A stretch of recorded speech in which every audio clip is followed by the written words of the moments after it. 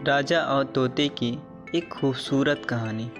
बहुत समय पहले हरिशंकर नाम का एक राजा था। उसके 3 पुत्र थे और अपने उन तीनों पुत्रों में से वह किसी एक पुत्र को राजगद्दी सौंपना चाहता था। पर किसे?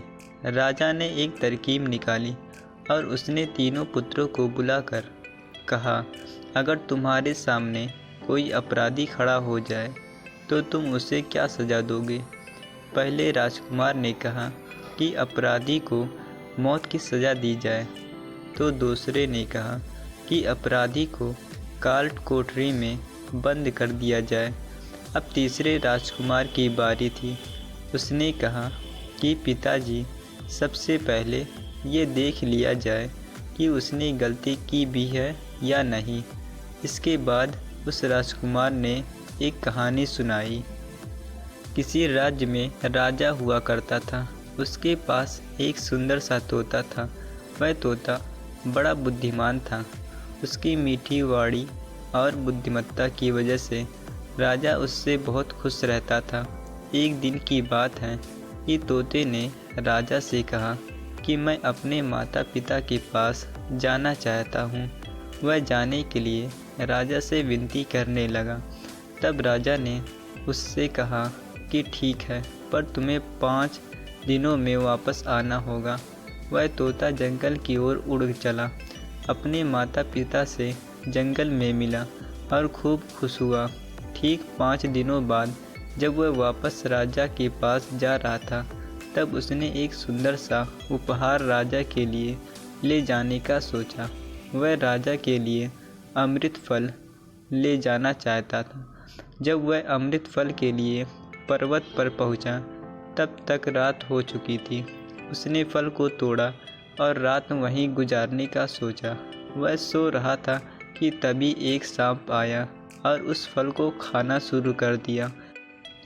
सांप के जहर से वह फल भी जहरीला हो चुका था। जब सुबह हुई, तब तोता उड़कर राजा के पास पहुंच गया और कहा, राजन, मैं आपके लिए अमृत फल लेकर आया हूँ। इस फल को खाने के बाद आप हमेशा के लिए जवान और अमर हो जाएंगे। तभी मंत्री ने कहा कि महाराज, पहले देख लीजिए कि फल सही भी है कि नहीं। राजा ने बात मान ली और फल में से एक टुकड़ा कुत्ते को खिलाया।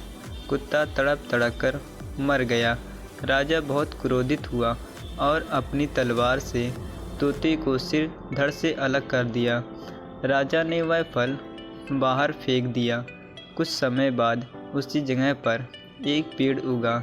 राजा ने सख्त हिदायत दी कि कोई भी इस पेड़ का फल ना खाए, क्योंकि राजा को लगता था कि ये अमृत फल भी जहरीला होते हैं और तोते ने यही फल खिलाकर उसे मारने की कोशिश की थी।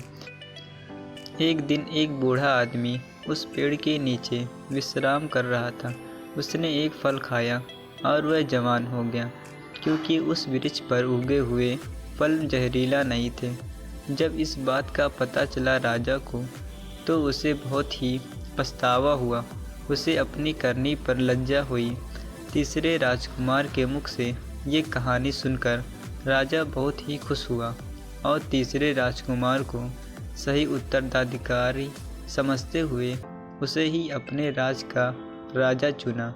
इस कहानी से हमें ये सीख मिलती है कि किसी भी अपराधी को सज़ा देने से पहले ये देख लेना चाहिए कि उसकी गलती है भी है नहीं।